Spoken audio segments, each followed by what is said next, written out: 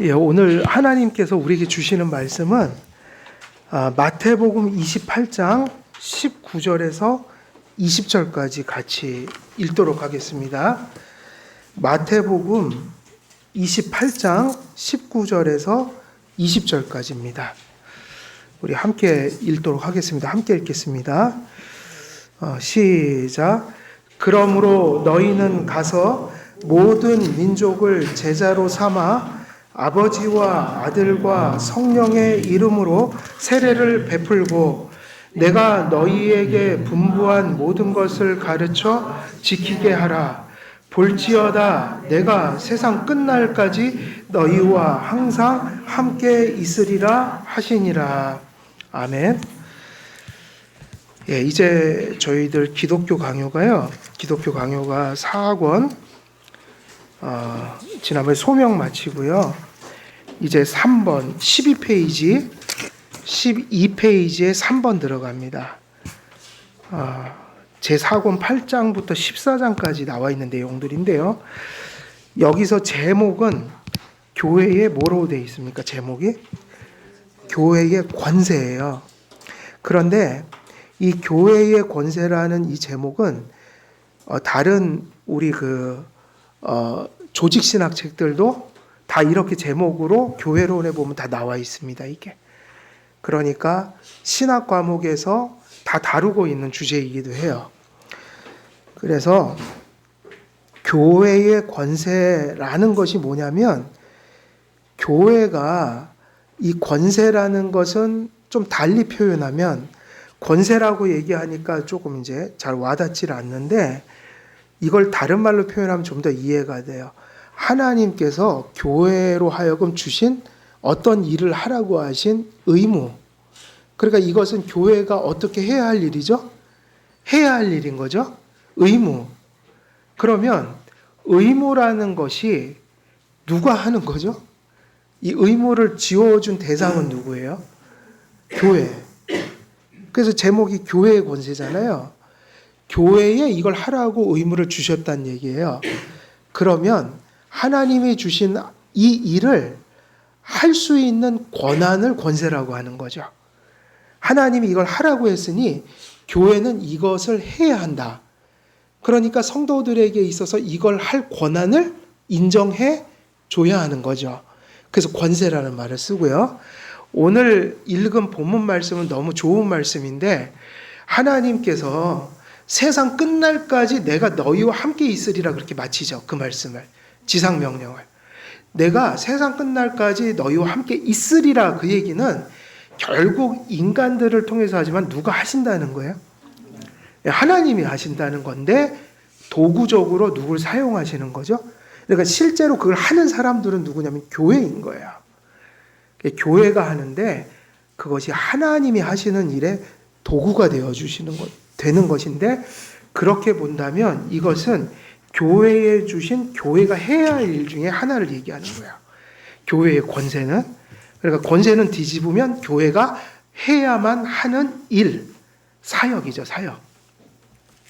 그러면 교회의 권세란 그리스도의 권위를 지키고 교회를 세우기 위해 하나님께서 교회에 주신 사역적 권한을 의미합니다. 그리스도께서는 말씀과 참된 교리와 여기서 도출된 선한 교회 질서 원리를 따라 사역하는 그 교회를 통해 통치하시고 목양하십니다. 여기서 이제 중요한 말이 이런 것들이죠. 그리스도께서는 말씀과 참된 교리와, 여기서 도출된 것이 뭐예요? 그러니까 먼저 말씀이 있죠. 말씀이 해석돼서 이것을 요약하고 정리한 게 신앙 고백이라고 한다면, 말씀과 신앙 고백이 다 해석이 되고 우리에게 받아들여질 때, 그럼 그걸 왜 주신 거죠? 교회를 이루고 교회를 그렇게 세우라는 의미 아니겠어요? 그러니까 말씀과 교리가 정리되면 당연히 뭐가 딸려 나와요? 그 말씀과 교리로부터 교회가 어떤 모습으로 세워져야 하는지에 대한 내용이 나오겠죠? 가장 실천적인 거예요. 그러니까는 말씀이 잘 전해지고 교리와 신앙 고백이 잘 전달되면 꽃피워지는 게 뭐냐면 교회의 질서예요. 그러니까 이 얘기는 우리가 날마다 기도하는 거 있잖아요. 하나님 말씀, 그리고 신앙 고백, 그리고 뭐를 맨날 얘기해요? 교회, 장로교, 뭐 정치를 따라서 겸손하게 가게 해주세요라고 하는 거는 말씀과 참된 교리는 반드시 뭐로 나타나야 되냐면 선한 교회 질서로 나타나야 된다. 그 얘기는 무슨 얘기냐면 어떻게 예배하고 어떻게 교제하고 어떻게 교회의 문제를 해결해 가느냐. 이런 것들을 다루게 되니 사실은 교회의 정치나 질서는 무엇과 무엇이 잘 세워져야만 가능한 걸까요? 말씀과 신앙 고백이. 그게 돼야지 뭐가 나오냐면 장로교 정치라는 게 실천될 수 있다는 거예요. 그래서 가끔은 말씀과 신앙 고백이 잘 성숙하게 정립되기도 전에 정치를 먼저 강조해 버리잖아요. 그럼 정치가 무섭게 돼요. 잘못된 역기능을 해요. 왜냐하면 정치를 움직이는 거는 말씀이어야 되거든요. 교리여야 되거든요.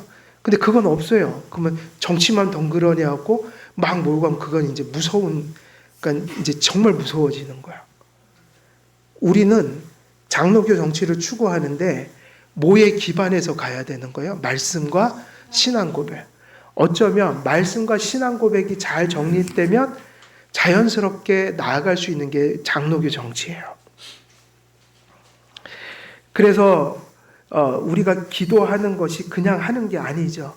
말씀, 신앙 고백, 장로교 질서를 세워주십시오. 그래서 이걸 따라 사역하는 교회를 통해 이제 중요한 것은 왜 이게 중요하냐면 바로 이것이 나타나는 곳에 아까 그 말씀하고 똑같아요.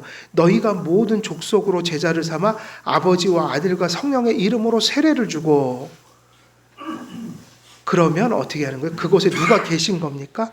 내가 세상 끝날까지 너희와 바로 그것이 나타나는 곳에 내가 일하고 있어. 내가 역사하고 있어. 내가 통치하고 있어. 이 얘기예요.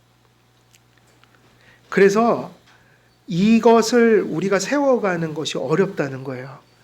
말씀도 세워가야 되고 신앙 고백도 세워가야 되고 교회가 그냥 좋은 게 좋은 식으로 정으로 이런 게 아니라 질서에 따라서 가야 되니 사람이 불편해하는 것들이 있을 수 있겠어요? 없겠어요? 있죠. 그래서 어려운 거예요. 이것이. 그러므로 교회에 주어진 권세는 세속적 권세와 그 속성이 다르니까 여기서 권세라는 말을 쓸 때 이 권세는 세상의 권세와 다르다. 세상 권세는 어떻게 흘러가요? 세상 권세의 특징은 뭐죠? 하나님은 일반 사회를 통치하시거든요, 지금도. 근데 뭐를 가지고 통치하시죠?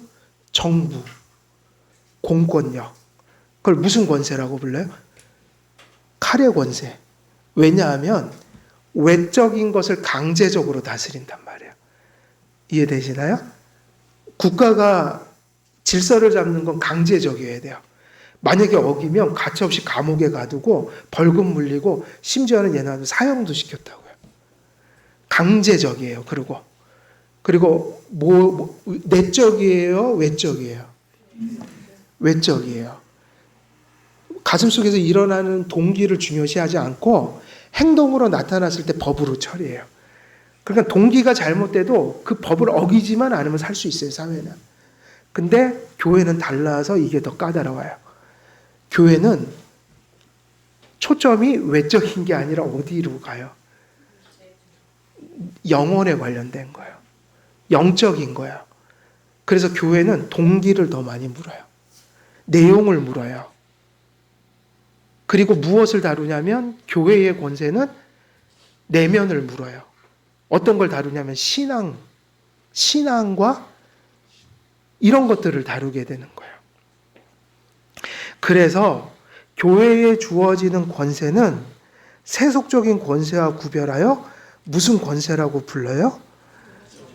그래서 스피리추얼 파워 그래갖고 영적 권세다. 그러니까 교회에서 말씀 전하는 거 무엇을 위해서 전하죠? 영적인 거죠.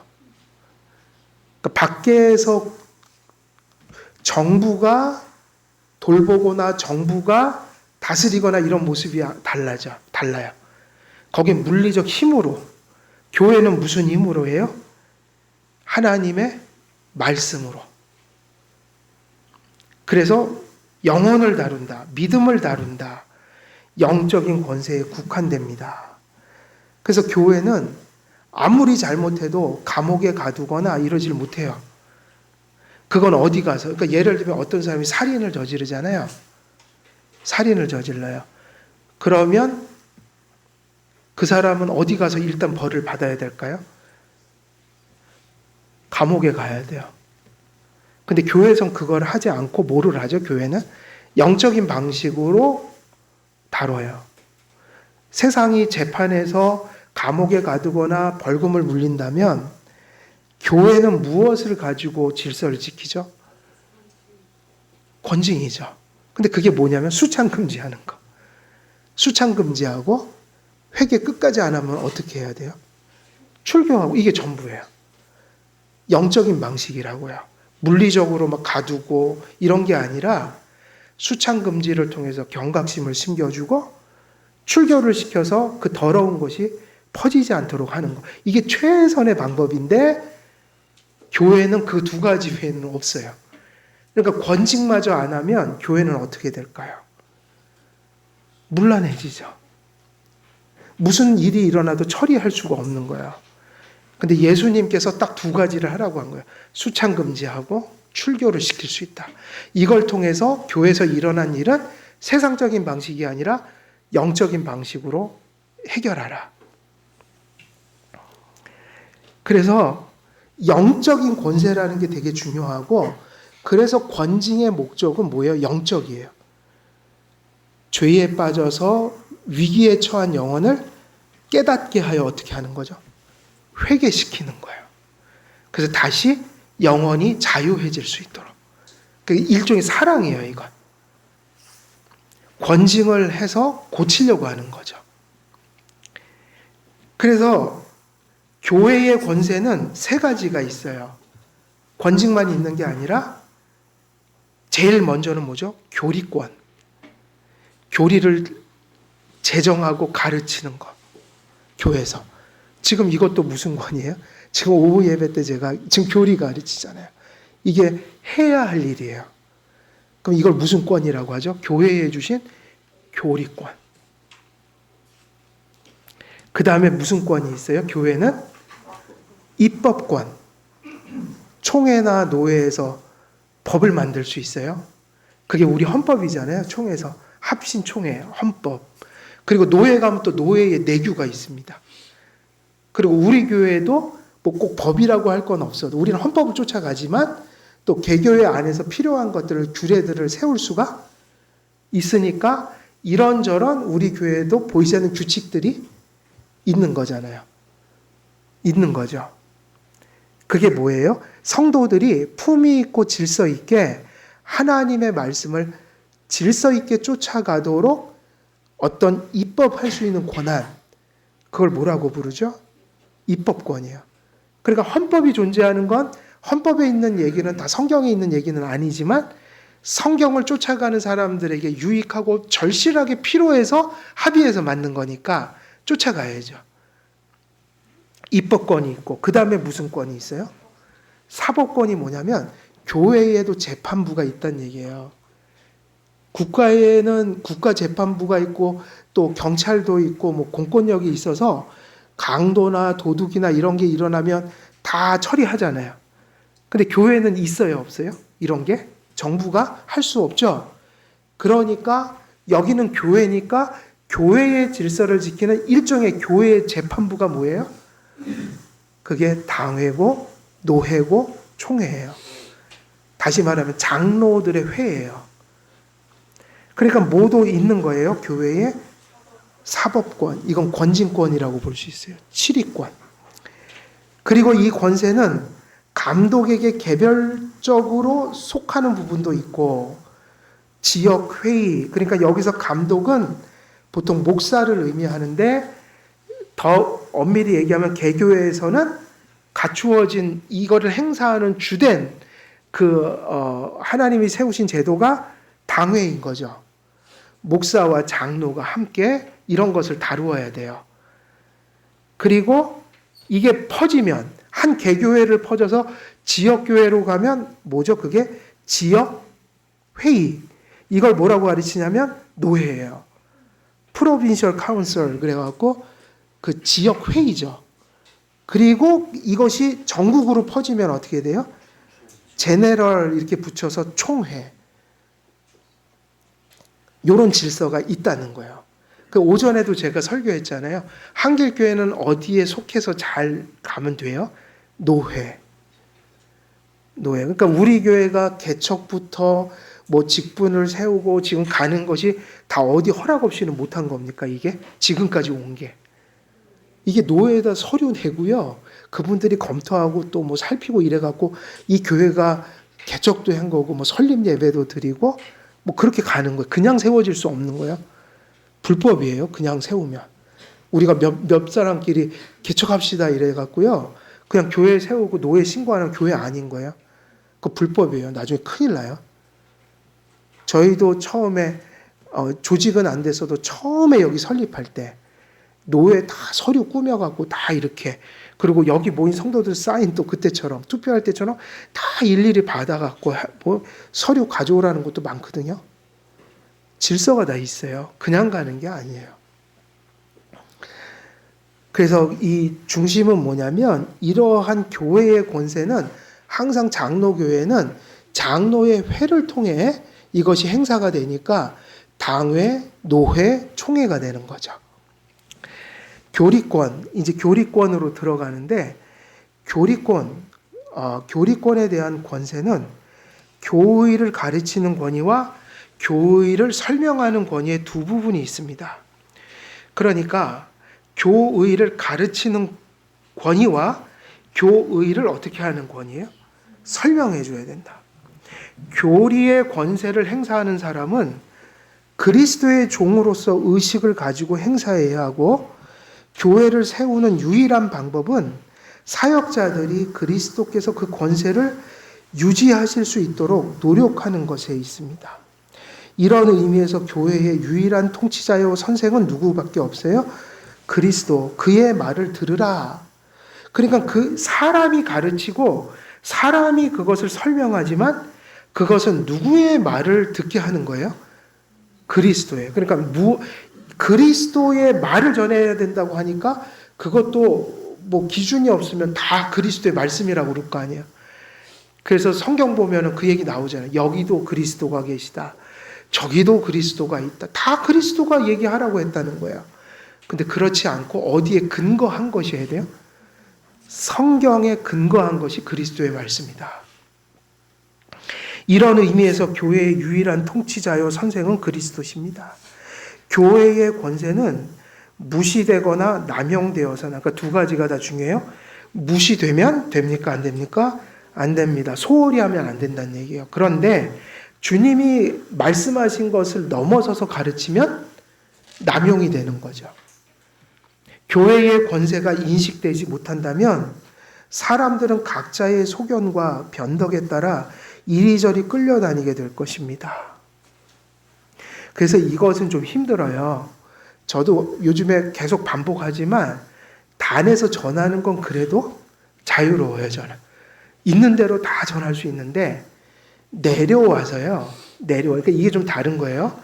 여기서 이거 하나님 뜻 아닙니다 하는 거하고 제가 내려가서 성도님 그렇게 생활하시면 안 돼요 하는 게 똑같이 받아들여져요. 좀 달리 받아들여져요.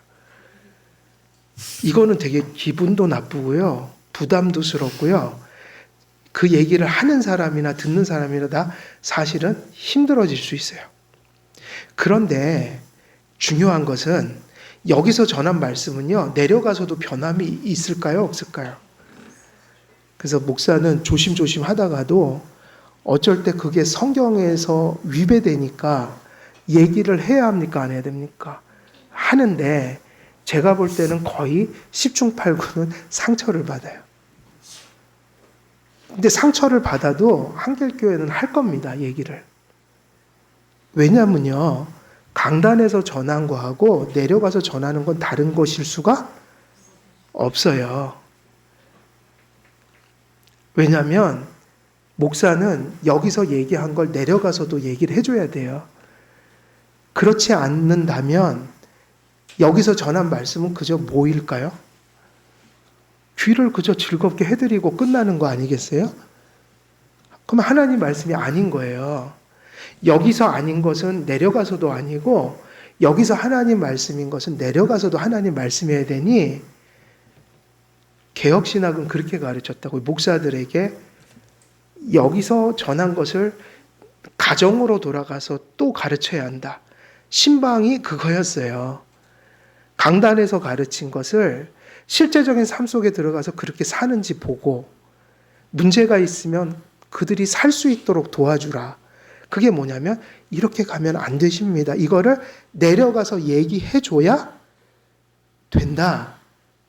그래서 칼빈은 책망했다고요. 목사들이 쉽게 가려고 단에서 립서비스하고 내려가서 얘기를 안 한다는 거예요. 그게 무슨 얘기죠? 현실에서는 아무리 잘못 살아도 침묵하고 있는 것인데 그것을 가리켜 뭐라고 하냐면 짖지 않는 뭐다? 짖지 않는 개하고 똑같다는 거예요. 여기서 얘기한 얘기를 어디서도 하게 해주셔야 돼요? 어디서요? 내려가서. 하라고 막 한다고 막 하는 게 아닙니다. 대부분은 못하죠. 근데 심각한 문제가 벌어지면 합니다. 근데 그 결과가 좋지를 보통은 않아요. 왜냐하면 회개하면 되는데 그걸 그렇게 받아들인 사람은 많지 않아요. 내가 볼 때. 그래서 한국 교회는 뭐가 없어요? 권징이 없어요.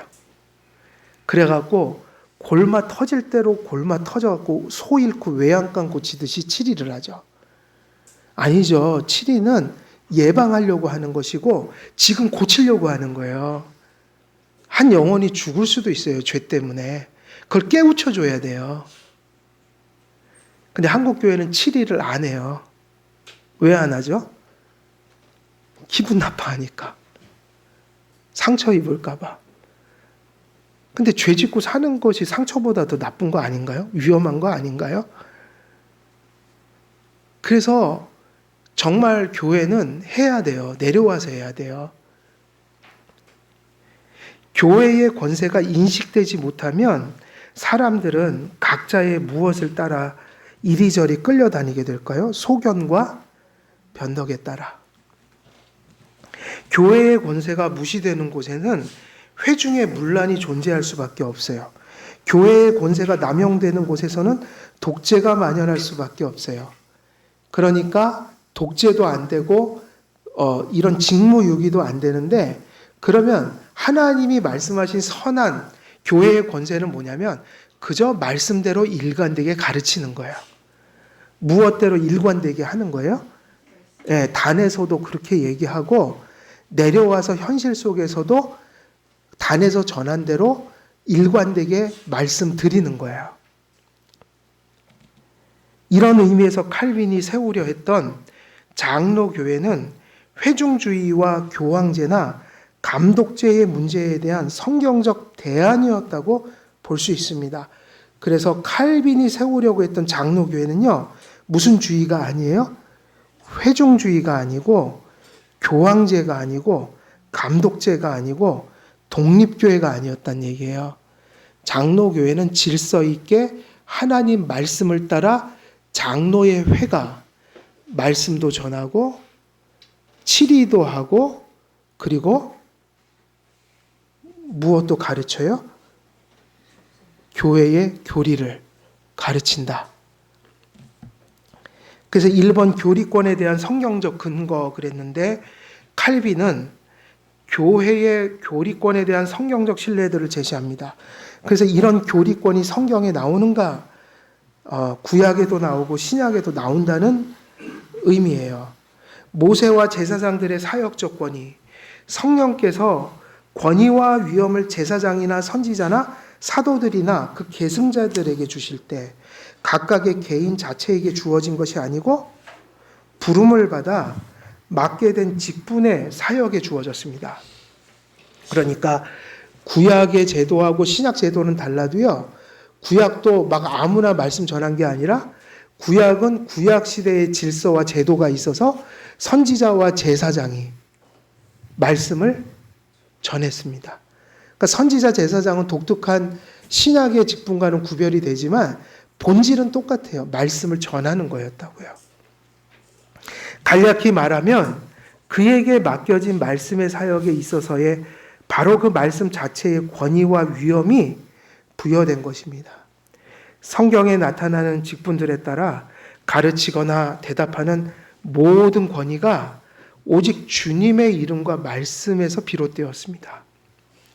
합당한 사역과 직분은 언제나 부패한 본성에서 나온 제 것으로 전하지 않고, 이건 이제 중요하죠. 이게 교회의 교리권이 있다, 혹은 당회나 총회나 노회가 이걸 감당해야 한다고 할 때 그것의 정당성은 어디서 나오는 거예요? 주님의 입에서 나오는 말씀을 갖고 선포합니다.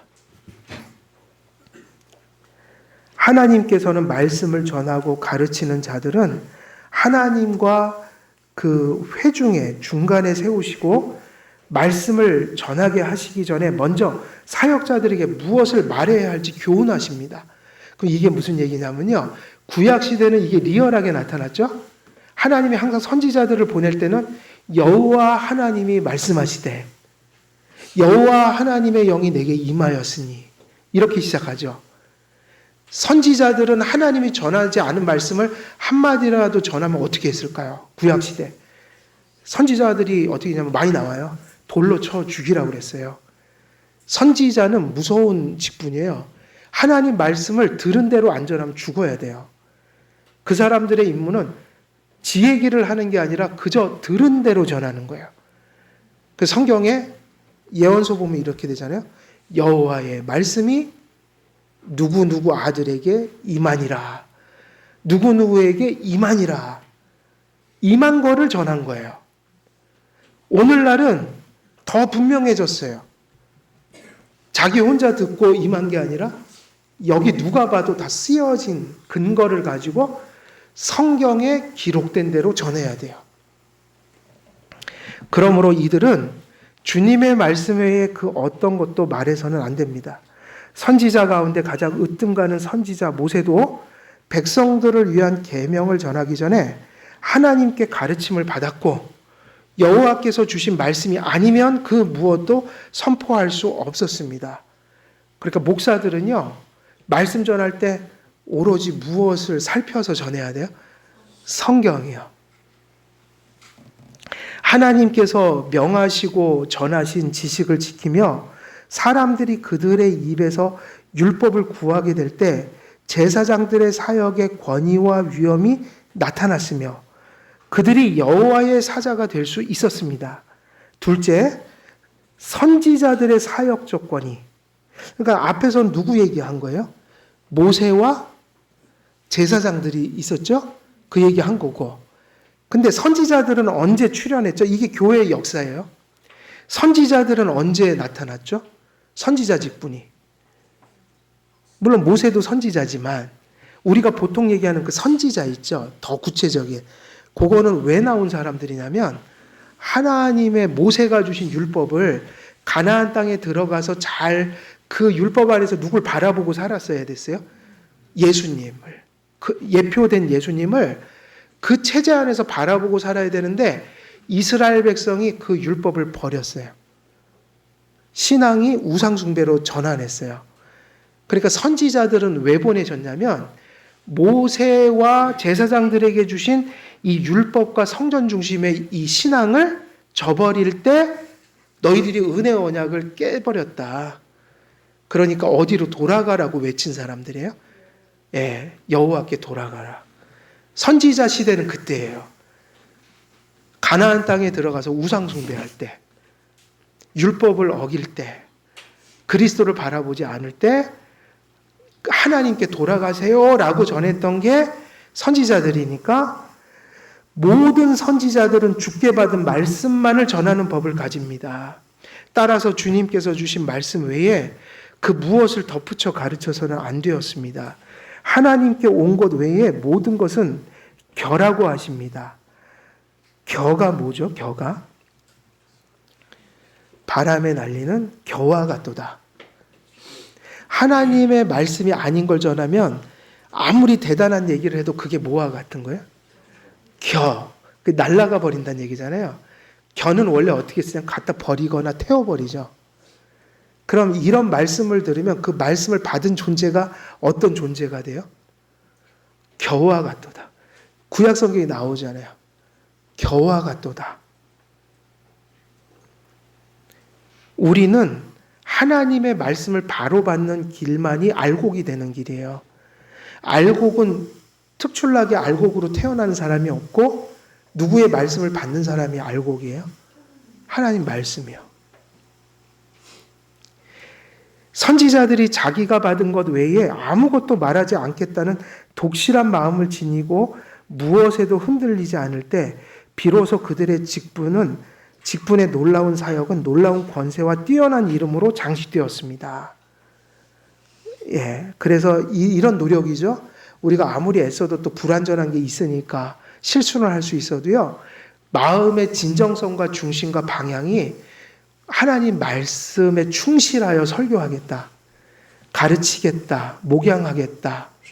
그리고 성도님들은 하나님의 말씀에 충실히 그 말씀을 듣고 여러분이 살아갈 때 성경에 근거한 삶을 살겠다. 이게 있어야 되는 거죠. 성경에 근거한 예배를 바르게 드리겠다. 이게 성도님들의 소명인 거예요. 왜 목사와 장로를 세워서 말씀을 전하고 살게 만드냐면 왜 직분자들이 존재하냐면 그 교회의 회중들이 성경적인 삶을 살게 하기 위해서 성경적인 예배를 드리게 하기 위해서 직분은 세워지는 거다. 그리고 선지자들이 지나갔죠. 그러면 이제 무슨 시대가 도래합니까? 신약 시대가 도래하는데 이제 신약에서 이 교리권을 가졌던 분들이 누구예요? 사도들이었어요. 사도들은 참으로 훌륭한 호칭호를 많이 받았지만 그들은 사도이므로 마음대로 짓거린 것이 아니라 보내신 이의 명령만을 충실하게 전해야 했습니다. 이 짓거린다는 말은 제 글이 아니라 요약한 거니까 누구 말이에요? 칼빈이 이런 말을 써요. 칼빈은 욕을 되게 많이 합니다. 기독교 강요 보면. 욕을 많이 해요. 이건 되게 중요해서 짓거린다는 그런 그 무서운 말을 쓰는 거예요. 좀 센 말을요. 그리스도께서는 그들에게 명령하신 모든 것을 천하 만민에게 가서 가르치라 명하셨습니다. 이 법칙을 거절하는 것은 불법입니다. 교회의 권한은 무한하지 않고 주의 말씀에 종속됩니다. 교회의 권한은 주의 말씀 안에 갇혀야 합니다. 교회의 권위가 말씀에 근거한다면 우리는 말씀에 관심을 가지지 않을 수 없습니다. 뭐 이렇게 얘기한다면 장로교니 무슨 우리가 얘기하는 게요. 늘 맨날 반복되는 게 무슨 얘기예요? 어디로 돌아가자는 얘기예요? 성경으로 돌아가야 한다. 계속 성경으로 돌아가야 한다.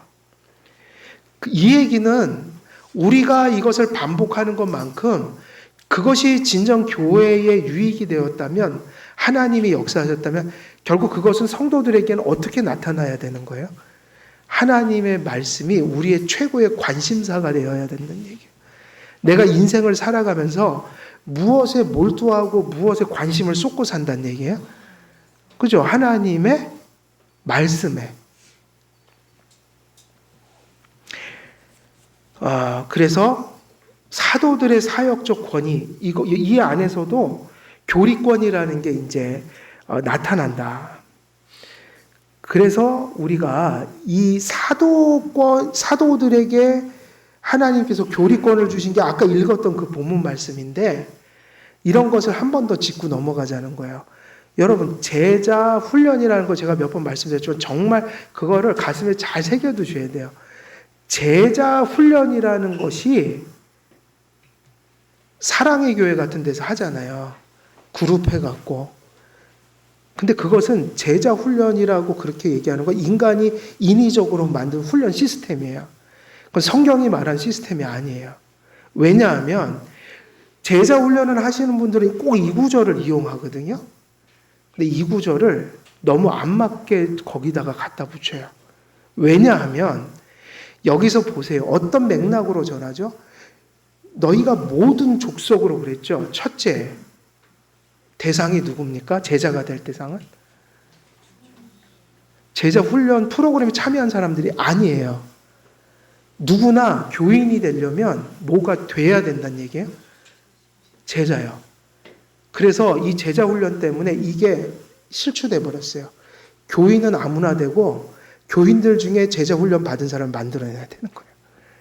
이건 정말 성경을 전도한 거예요. 그래서 어느 교회에 들어가는 걸 우습게 하는 거예요. 한 교회 교인이 되는 것은요, 목사가 되는 것보다 더 중요한 일이에요. 목사가 된다고 구원받는 건 아니거든요. 그러나 성도가 되면 구원을 받습니다. 목사도 교인이기 때문에 목사를 하고 장로님도 교인 중에서 장로님이 되는 거지 교인이 안 됐는데 장로나 목사가 될 수 있는 게 아니라고요. 그래서 원래는요, 예수님 말씀은 이 교인이 된다는 게 엄중한 거예요. 왜냐? 모든 족속을 제자로 삼아. 그럼 제자는 누구죠? 뒤에 나오잖아요. 모든 족속으로 제자를 삼아 아버지와 아들과 성령의 이름으로. 이거 되게 중요해요. 교인이 된다는 게 누구의 이름으로 되는 거예요? 아버지와 아들과 성령의. 저는 이 말씀이 너무 소중한 게 거기 앉아서 그런 소리를 하는 거예요. 삼위일체가 어딨냐요? 여기 있잖아요. 아버지와 아들과 성령의 이름으로. 금방 분별하겠어요. 제가 딱 얘기했어요. 왜 여기 계십니까? 삼위일체를 부정하신다며요. 왜 이런 교회들을 찾아다니십니까? 안 됩니다. 이거 믿으셔야 교회 들어올 수 있습니다. 분별이 되잖아요, 벌써. 삼위일체가 없대요. 어딨냐요, 성경에. 삼위일체가. 그럼 제가 묻는 거예요. 왜 여기 오셨어요? 여기는 어떤 사람만 들어올 수 있어요? 세례받은 사람들. 아버지와 아들과 성령의 이름으로 무엇을 받은 사람이에요? 세례를 주고 그랬으니까 제자는 누구죠? 세례받은 사람들이라고요. 그래서 이렇게 얘기하는 게 맞죠. 내가 세례받았으니까 이제 제자가 돼야지. 그럼 제자 훈련은 소그룹 만들어서 하는 겁니까? 아닙니까? 모든 족속이 제자인데 어떻게 따로 공부를 시켜요? 그거는 보충 수업이고 하나님이 말씀하시는 제자 훈련은 주일을 성수해요. 주일 성수에서 공예배를 통해서 교회의 표지를 통하여 말씀 선포 성례 권징을 통하여 성도가 교회의 목양과 훈육을 받는 거예요. 그러니까 제자가 되는 하나님이 공적으로 세우신 가장 하나님이 공적으로 세우신 수단이 뭐냐면 주일 성수이고 공예배입니다. 그렇게 얘기하면 세례를 받는다는 것은 내가 뭐가 되겠다는 결단을 한 사람을 세례 주는 거예요? 제자요. 혜원이가 입교했잖아요. 그죠? 그 교육이 뭔가요? 제자가 되란 얘기인 거예요. 혜원이가 제자가 되겠다고 한 거라고요. 무슨인지 이해가 되십니까? 제자 훈련이 아니라 세례를 줄 때 제자가 되겠다고 결단하고 하나님의 교리를 이미 받은 사람들만이 뭐를 받는 거예요? 세례예요. 그러니까 사실은 제자의 출발점은 세례죠. 그러니까 세례 받기 전에 뭐를 다 전달해 줘야 돼요. 우리의 복음을 다 말씀을 중요한 교리들을 그때 가르쳐 줘야 되는 거예요. 그리고 그거를 받아들이고 믿고 적어도 제자로 살겠습니다라는 것을 인식한 사람에게 뭐를 주냐면 세례를. 그럼 세례 받는 게 엄청난 일이에요. 이미 세례를 받았다면 그 사람은 믿어도 될 성도다. 이 정도는 돼야 되는데 지금 목사님들이 엉뚱한 짓을 하고 있다고요. 세례를 얘기를 하지 않고 무슨 사람들 모아놓고 제자 훈련한다고 하는데 순서가 잘못됐잖아요, 지금. 성경은 그 얘기를 하는 게 아니잖아요. 모든 족속으로 제자를 삼아 아버지와 아들과 성령의 이름으로 무엇을 주고, 그럼 세례받은 사람은 어떻게 살아야 되냐면 내가 너희에게 가르친 것을, 분부한 것을 다 어떻게 해라? 가르쳐.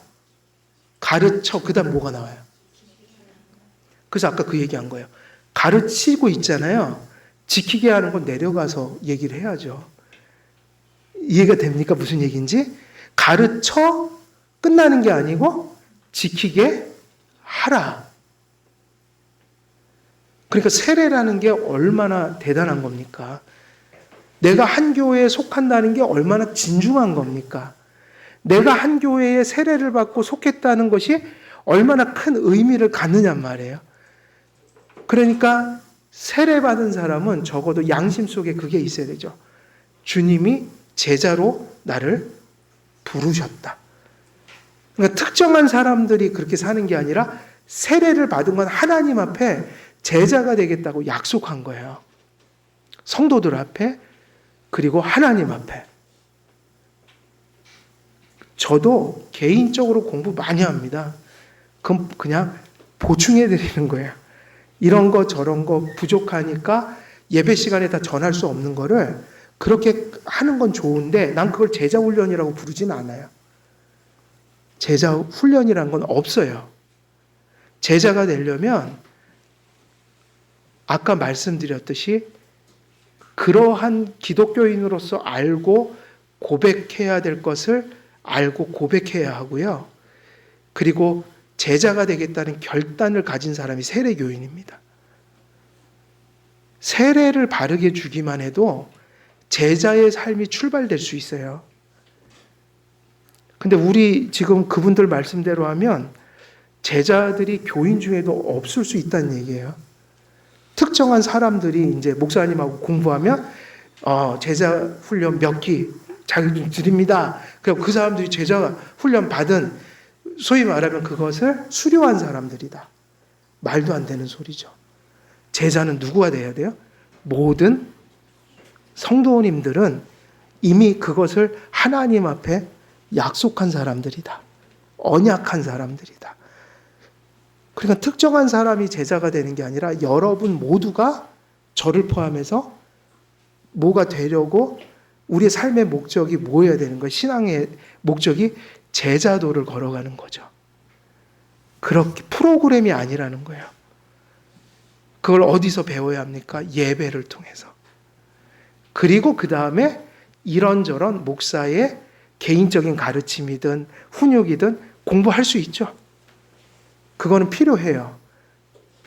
그러나 제자도의 본질을 흐려서는 안 된다.